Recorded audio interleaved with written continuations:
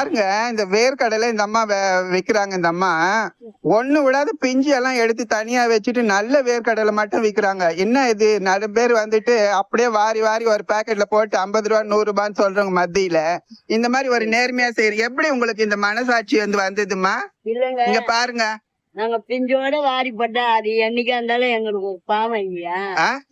நாங்க சம்பாதிக்கிறோம், நாங்க பிஞ்சோட வாரி போட்டா அவங்க எடுத்து ஊற்றி சாப்பிடும் போது நல்லா இல்ல இந்த வேர்க்கடலை ஏன் இந்த பாட்டி கிட்ட வாங்கணும் பேசுவாங்க. அதனால நாங்க பிஞ்செல்லாம் பொறுக்கிட்டு சுத்தமா வச்சு நிக்கிறோம். 50 தாங்க கிலோவா? கிலோ 120 தான். உங்களுக்கு வந்துட்டு இந்த வேலை செய்யணும்னு எப்படி தோணுச்சு உங்க வயசான நேரத்துல? எங்களுக்கு வேலை அது என் பொண்ணுதான், என்னோட பொண்ணுதான். அது இருந்தாலும் வீட்டுல உட்காந்தா அதனால என்ன லாபம்? அதனால ஒண்ணும் கிடையாது. பொண்ணுக்கு கூட மாட ஏதோ பொறிக்கு போட்டா அது 10 ரூபாய் சம்பாதிக்காதான் எனக்கும் நல்லா வயிறால சோறு போடுது. 10 ரூபாய் கையில இல்ல. இந்த கலியுகத்துல இவ்வளவு நேர்மையா இருக்கிறீங்களே, அதே எனக்கு ஆச்சரியமா இருக்குது. பக்கத்து காலில ஒரு வேர்க்கடலை வண்டி நிக்குது, அவங்க ஒரு நாளைக்கு 2 வண்டி விற்பாங்க. நாங்க இது மாதிரி பொறிக்க சுத்தமா அவ அப்படியே கொட்டி அப்படியே அளந்து போடுவான். பிஞ்சி இப்படி எடுக்கவும் மாட்டான். நாங்க பிஞ்சி எடுத்து சுத்தமா நாங்க வைக்கும் போது அவகிட்ட வாங்குறவங்க அவகிட்ட வாங்குறவங்க எல்லாம் நேர்மையா உழைக்கணும்னு நினைக்கிறீங்களா? ஆமா, நேர்மையா உழைக்கிறோம்.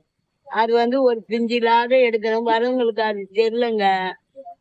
இது என்ன எப்படி இருக்குது பிஞ்சா இருக்குது, அப்ப கூட பிஞ்சு இருந்தா சொல்றாங்க வரவங்க.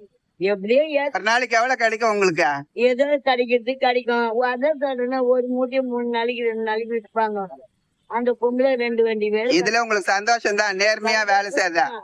ஆண்டவர் பய மாதிரி ஆகாரம் இருக்கிறதா, அதுவே எங்களுக்கு சந்தோஷம். சூப்பர் சூப்பர்மா. சாப்பிட்டீங்களா? இப்பதான் சாப்பிட்டோம். சரி சரி. நல்லா இறா, நல்லா ஈரல், மீன், முட்டை உடல உழைச்சிட்டு சாப்பிடுறீங்க. எனக்கு வீட்டுல இருந்தாலும் இருக்க முடியல. அங்க ரொம்ப போர் அடிக்குது எனக்கு. ஐயோ, அங்க போனாலும் குழந்தைக்கு ஒரு ஹெல்ப் பண்ணலாமே. ஓ சூப்பரா இங்கிலீஷ் எல்லாம் பேசுறீங்க. ஆமா, குழந்தைக்கு ஒரு ஹெல்ப் பண்ணலாமா, வீட்டுல இருந்தா போர் அடிக்கும். அங்கேயும் சாப்பாடு புள்ள வீட்டுலதான் சாப்பிட்டு சாப்பிட்டு தூங்கணும், சாப்பிட்டு சாப்பிட்டு தூங்கணும். அந்த வேலை நான் விரும்ப மாட்டேன். அதனால உழைக்கிறதுக்கு வந்துட்டீங்க.